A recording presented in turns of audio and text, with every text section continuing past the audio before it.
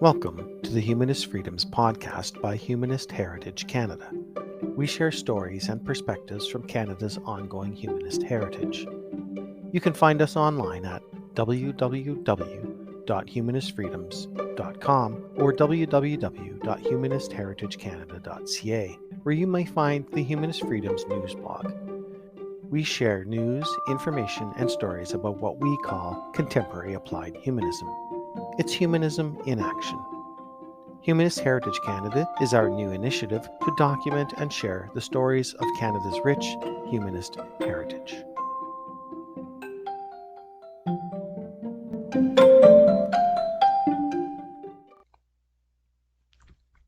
Seven.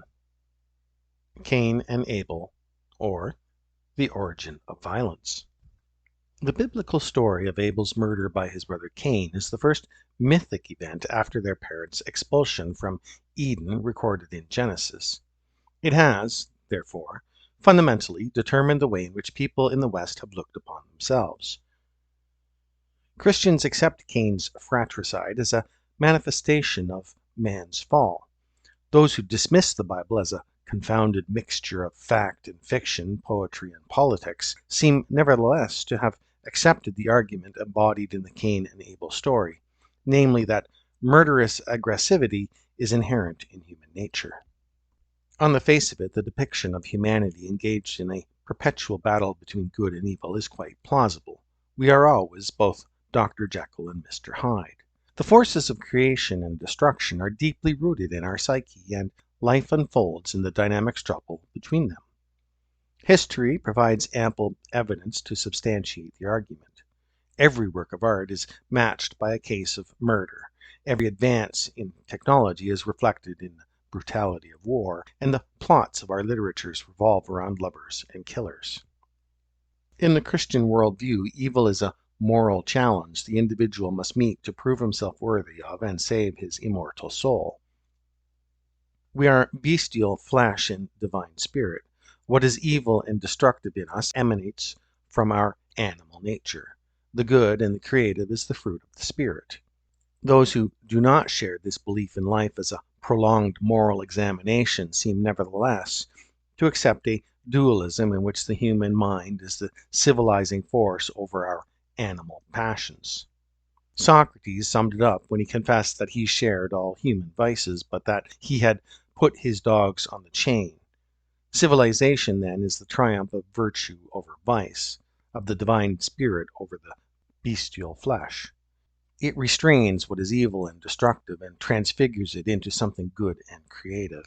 It is what allows us to live as free, self-fulfilling individuals with dignity and in peace.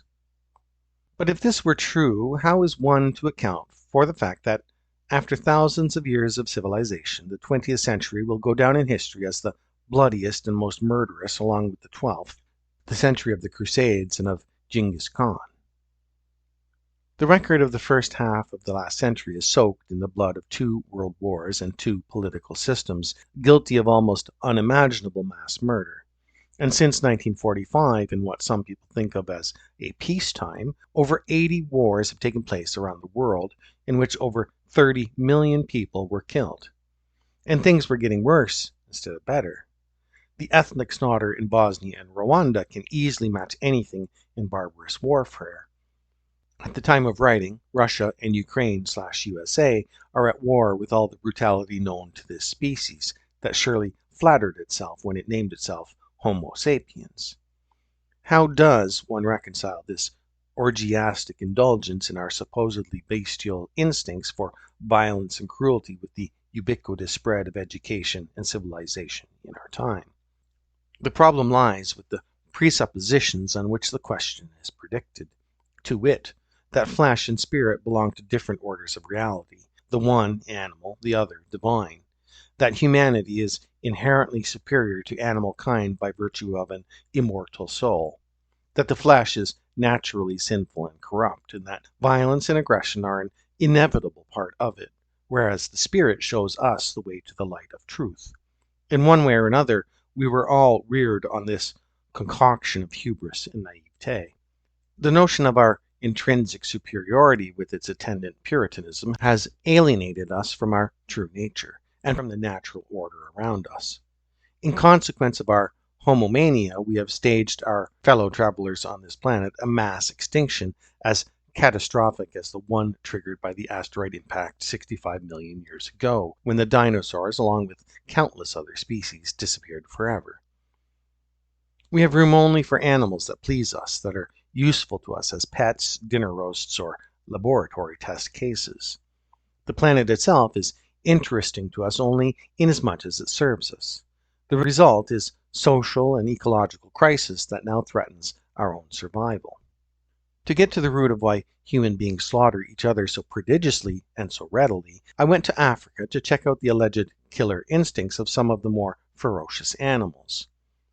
The Rift Valley is where the cradle of humanity stood. What better place to look into the source of our addiction to violence and aggression? I arrived at a time of drought in the Masai Mara.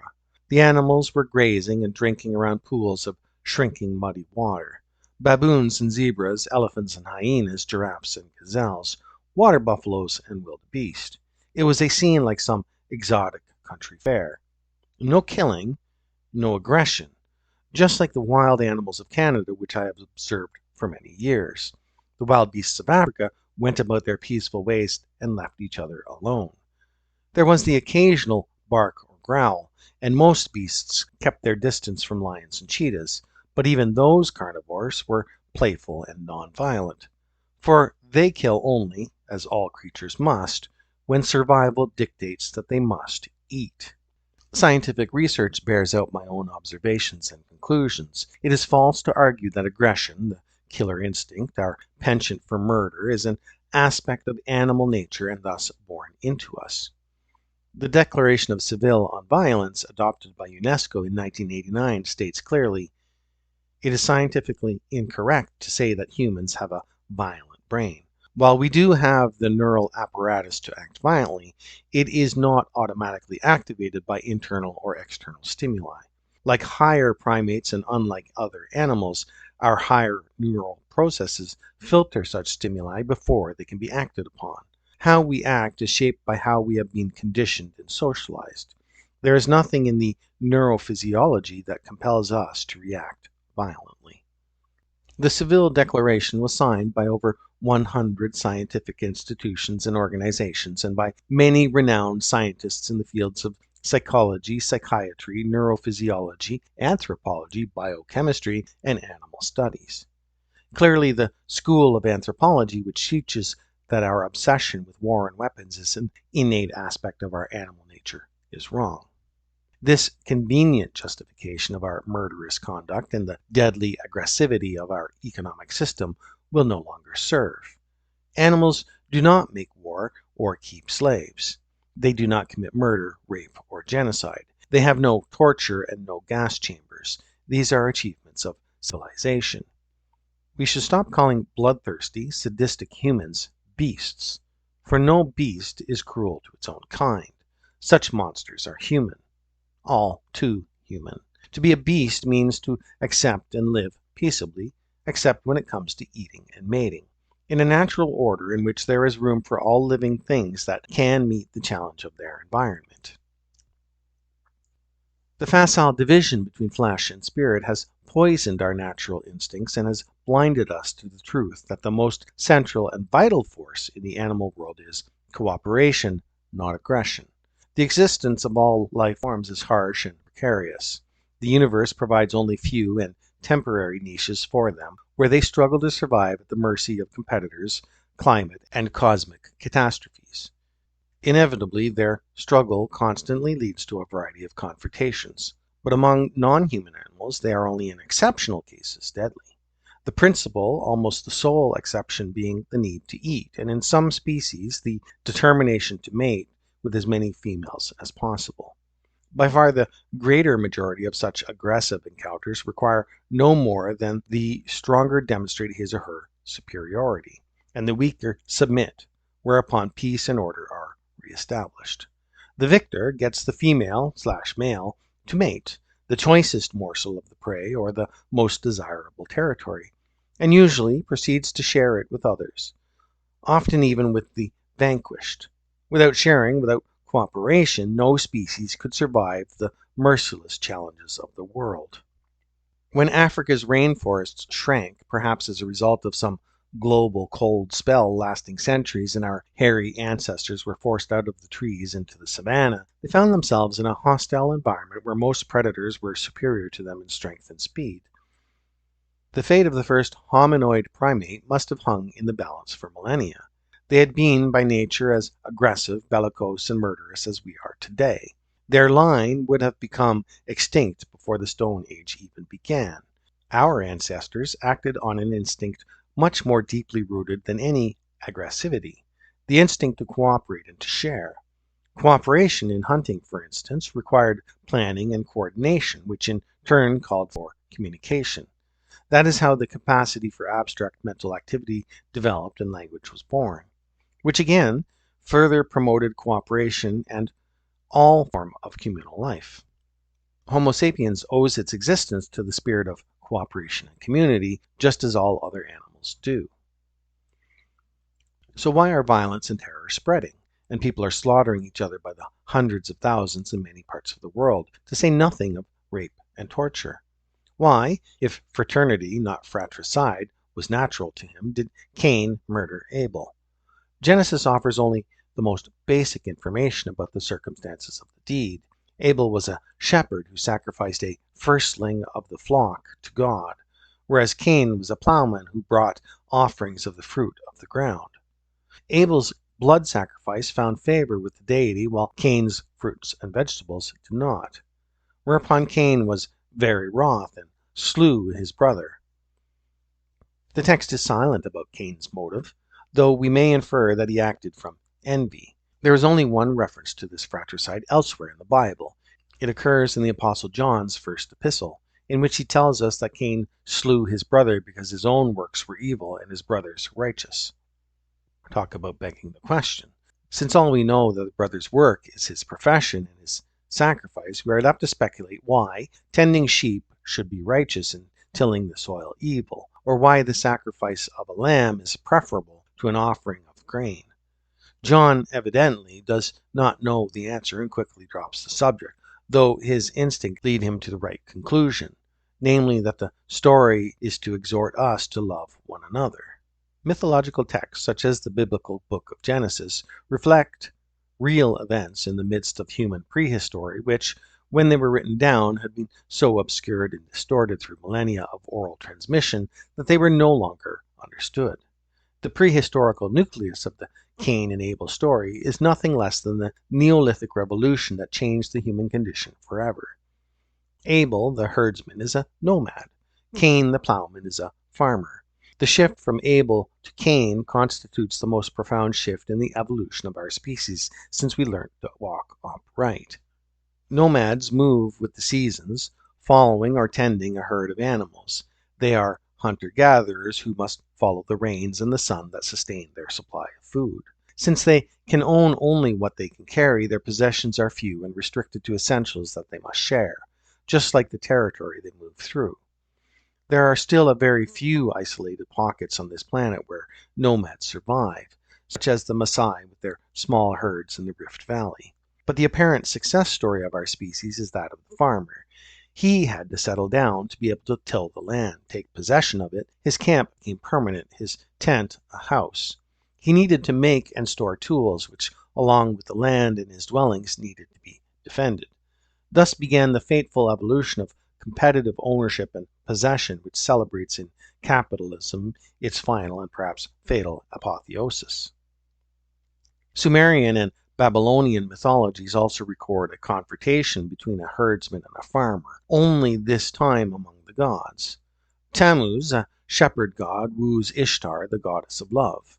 Despite Ishtar's passionate love for Tammuz, he is mysteriously killed, and Ishtar bestows her favors on Enkidu, a farmer god.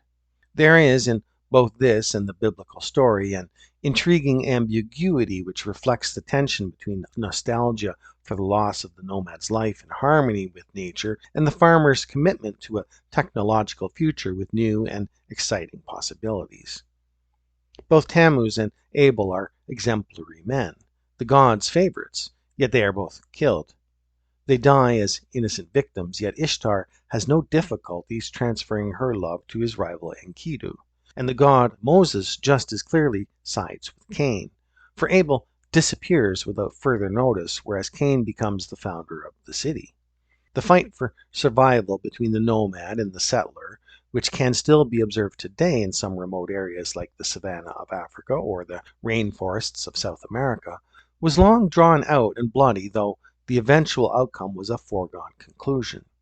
Genesis tells us that Cain became the father of such as dwell in tents, and such as have cattle, such as handle the harp and organ, and of an instructor of every artificer in brass and iron.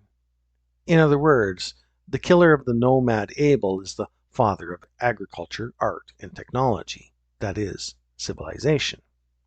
The biblical fratricide mythologizes not only the end of an order in which man submits to nature and the onset of one in which he sets out to control, master, even engineer nature, but also the price that must be paid for it, murder and the curse that comes with it. Perhaps by the time Genesis was written down, the disastrous consequences of Neolithic revolution had become more evident than they were in the age of the creation of Sumerian Babylonian mythology, so that Ishtar can still marry the farmer god, whereas the biblical god sends Cain on his way with a curse. The curse comes in the form of two vices that may prove to be humanity's undoing: greed and envy. They, and not our animal nature, are the root of human aggression, violence, and murder. Nomadic society is egalitarian. Its possessions are of necessity few and shared. When our ancestors settled down about 10,000 years ago, this changed dramatically. The farmer can own what he can occupy or obtain, and since in his world power and status derive from possession, he will constantly endeavor to enlarge his properties. He acquires larger tracts of land and constructs larger buildings to house the riches he accumulates. Since good land and all precious things are soon in short supply, they must be protected from competing acquisitors. So he needs sons with the strength and valor to fight to increase and defend the family fortunes. By the same token, the land needs fences. The fences become borders, the farms villages, the villages towns, the farmers citizens, their sons soldiers, the soldiers armies, and lo, civilization is launched. In such a world, founded on martial qualities, women become chattel as defeated men become slaves. And the march to civilization inevitably led to slaughter and destruction, for the desire to possess is insatiable. There is always something that someone else has and that we want. Envy and greed are endemic to materialism, and it is in their very nature to engender ever larger appetites and ever larger hatreds for those more ruthless in satisfying them. Native people living in the transitional stage between nomadic migration and agricultural settlement seem to have understood the fatal dangers inherent in material possession. The West Coast Indians' potlatch ceremony is an example of their wisdom. They accumulated large quantities of tools, weapons, food, clothing, and adornments, only to give them all away to strangers from another village as part of a community feast. This had the effect of constantly redistributing their wealth and thus preempting greed and envy. Such wisdom is lost on us. Instead, we have declared property sacred and made greed a virtue. We heap honors on those who amass fortunes, no matter how. The result is a world in which billions live in poverty and misery, while a tiny group of individuals boasts of a wealth that most others think exists only in fairy tales. But the world is no fairy tale for the children of the so-called developing nations, who work 12 or 14 hours a day in the most wretched condition, sometimes chained to their workplace, for the equivalent of $1 or less per week, while some CEOs of large corporations take home $1 million in the same week, working less than half that time in luxurious offices, chained only to their avidity for more. The gulf between rich and poor grows wider day by day. Here lies the main root of the hatred that issues in violence and war. No wonder the world is armed to the teeth. The wealth of the privileged must be enlarged and protected. Moreover, war is the ideal state of a consumer society. because it directs all its resources to the massive production of objects for the sole purpose of blowing them up or destroying them. And so every minute of every day, the world spends $2 billion on armaments and for military purposes. In that same minute, every minute of the day, 15 children whom a few dollars worth of food or medicine could save die on this planet from starvation or sickness. Not animal aggression has made murderers of us, but the natural social injustices of our civilization. It is also responsible for the destruction of our environment. The ruthless exploitation of fellow humans goes hand in hand with an equally ruthless exploitation of the planet that must supply the material resources necessary to satisfy our greed. The development that began with the Neolithic Revolution has now entered its final phase.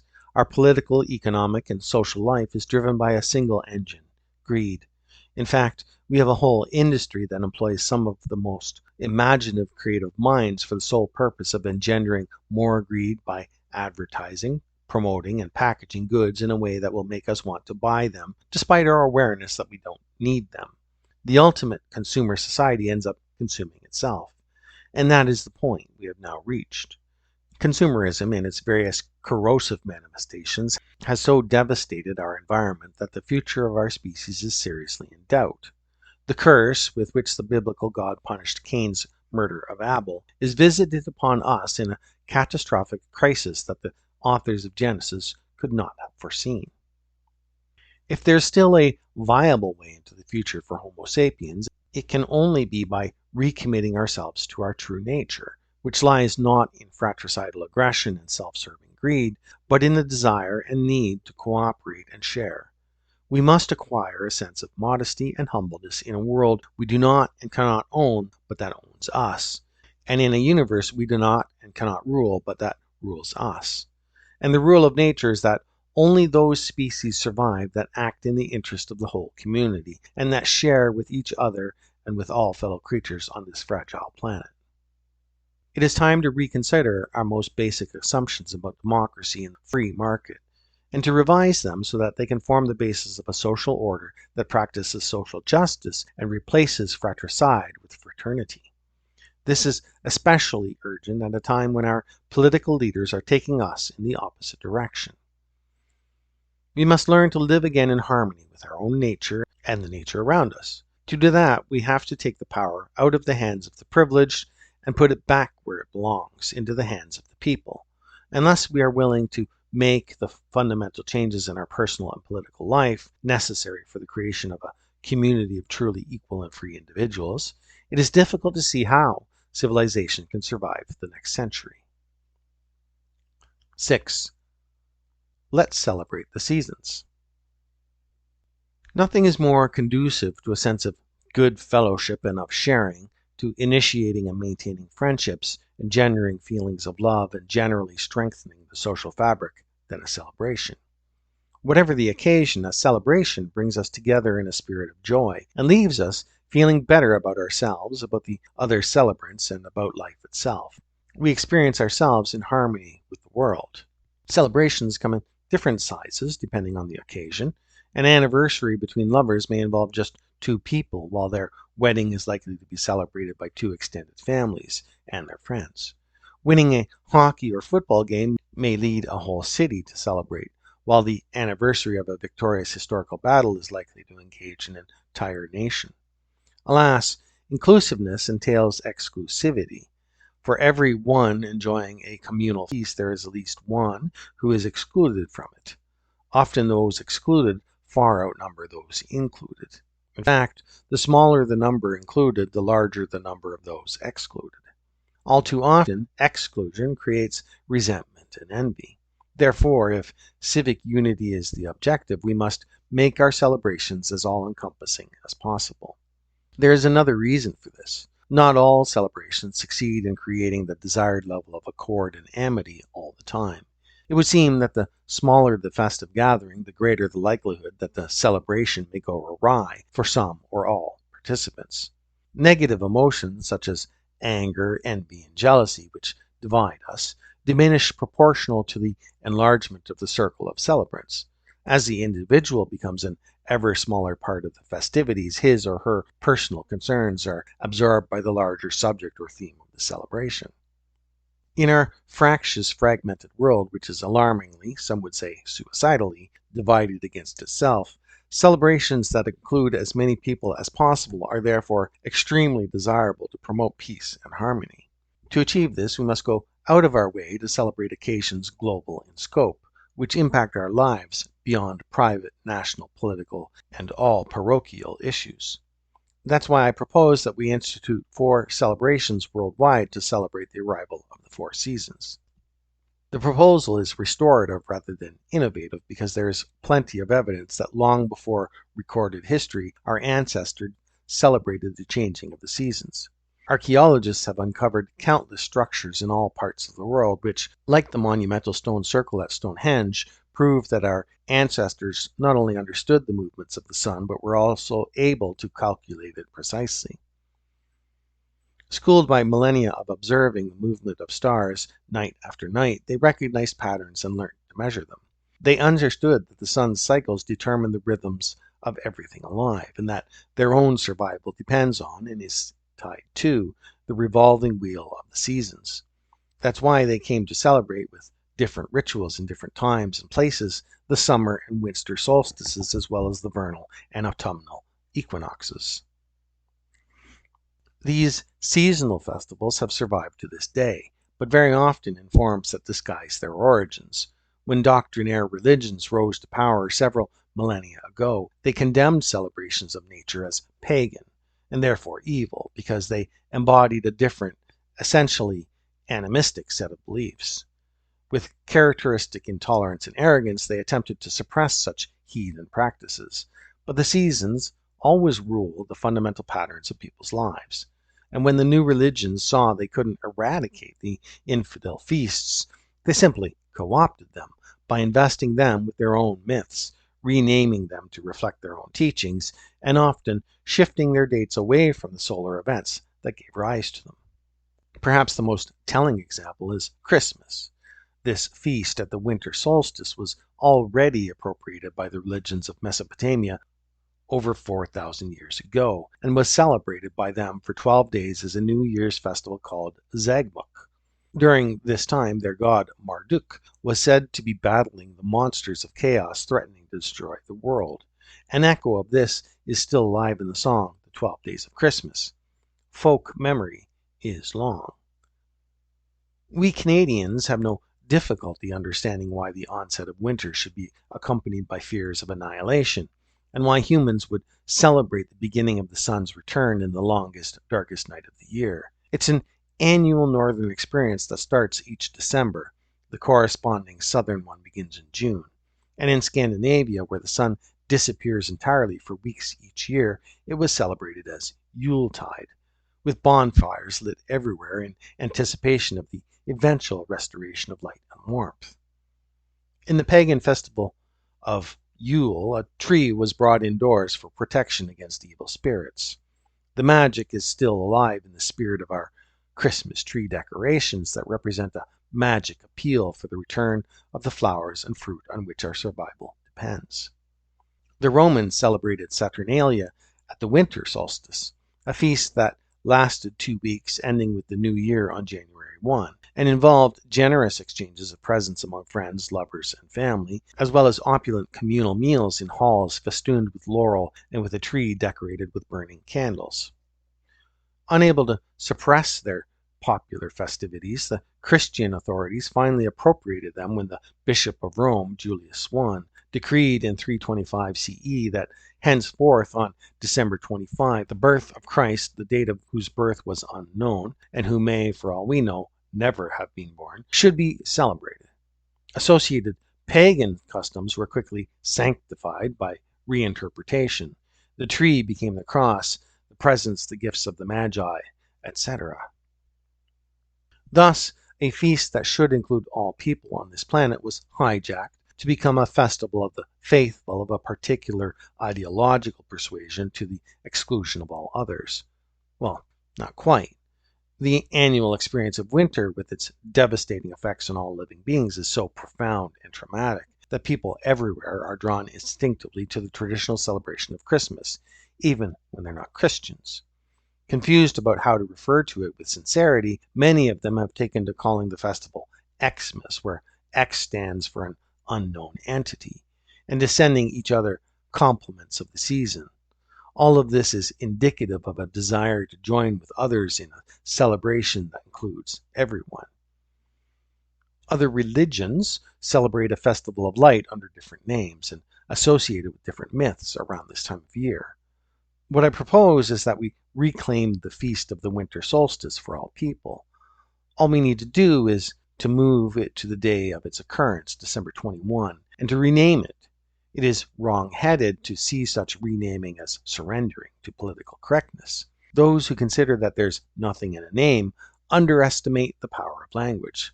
Words have caused revolutions and toppled empires. That's why I think it's important to rename the winter solstice, to reappropriate it from Christianity. My suggestion is the older designation, Yule, or someone may propose something more catchy, so long as the name doesn't tie the feast to a particular creed, yet allows those who do wish to celebrate it as a religious feast privately to do so. We should do the same with the other seasons. In the case of Easter, this is even more easily accomplished because it exhibits quite openly the features of its origin and significance as a celebration of nature. Its very name is derived from the Sanskrit ursa, meaning dawn, whence we came to name direction where the sun rises, east. In Greek culture, Eos was the goddess of dawn, and Estrun, Ostern in German, was the name of an ancient Scandinavian and a Teutonic goddess of spring and fertility. The Greeks celebrated the arrival of spring at the vernal equinox with a 3-day festival dedicated to Dionysus. It began with a ritual sacrifice of a goat to represent the death of winter. This was accompanied with choral singing, which developed into theatrical performances that became the birth of tragedy. In Greek, tragos is goat and oid is song. After the burial of winter came the resurrection of nature, celebrated by the performance of comedy. Como is a feast of music and dancing, with orgiastic fertility rites in which all participated. It takes no great detective skills to recognize how Christianity attempted to replace the natural elements of the spring festival with religious myths, to make the spring celebrations part of the Christian calendar, also at the Council of Nice in 325 CE. This feast of joy, pleasure, and ecstasy had to be converted into a somber occasion focused rather morbidly on a crucifixion and on sin. But the Church never succeeded. The dominant popular features of Easter are the lecherous rabbits and the other symbol of fertility, the egg, neither of which have a correspondence in Christian mythology. Our instinctive responses to the forces of nature prevail, and the life-affirming aspects of the rebirth of nature today find their expression in the festivities of Carnival. Too early for us to celebrate with abandon in our frosty neck of the woods, though climate change may correct that. So let it remain Easter, but let's celebrate it annually at the vernal equinox on March 21, when spring properly begins. And let's restore the festivities, celebrating the arrival of summer at the July 21 solstice and the arrival of autumn at the September 21 equinox. Since Christianity didn't have any use for them in their religious calendars, they have almost disappeared, except for certain midsummer traditions and for Thanksgiving in the fall. But they too were festive occasions for our ancestors in prehistoric times.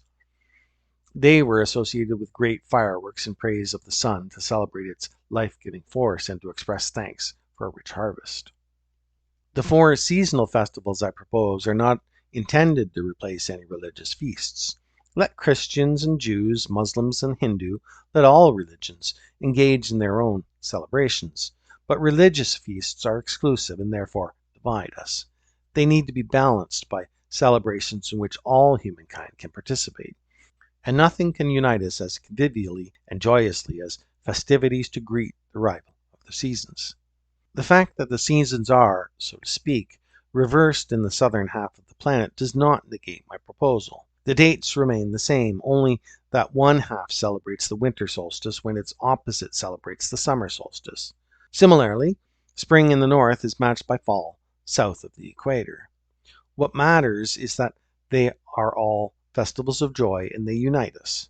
The knowledge that my fellow humans to the south are celebrating in the dead of winter when we celebrate in the heat of summer increases awareness of our dependence on the seasons, and that is an additional benefit in a world increasingly alienated from the very nature that gives us life. So let's celebrate spring and summer, fall and winter on the day when the sun ushers them in. We will experience ourselves in harmony with each other on these occasions because before nature, we are all equal. In celebrating the perpetual renewal of the natural cycle, we will give expression to the sheer joy of being alive. We will also implicitly acknowledge the supremacy of nature on whose vagaries our future is dependent. At a time when tremendous strides in technology have led too many of us into delusions of grandeur, this is a welcome reminder that human beings are not the masters of nature, but its children, along with all other animals with whom we share this planet. Rain leaches rock, washing the salts of life into the heart's tributaries. Crystals drift their lattices downriver, filtering the sea into wombs. At the crack of lightning, a seed falls out, divides this saturated solution between a hue and a cry. You are the catalyst that makes flowers spring where tears reach the roots of loving. Henry Beissel, Stones to Harvest, number 29, Spring section. Should you wish to obtain a copy of Henry Beissel's Catastrophic Glory, you can inquire at humanistfreedoms@gmail.com, and we'll be happy to pass your inquiry along.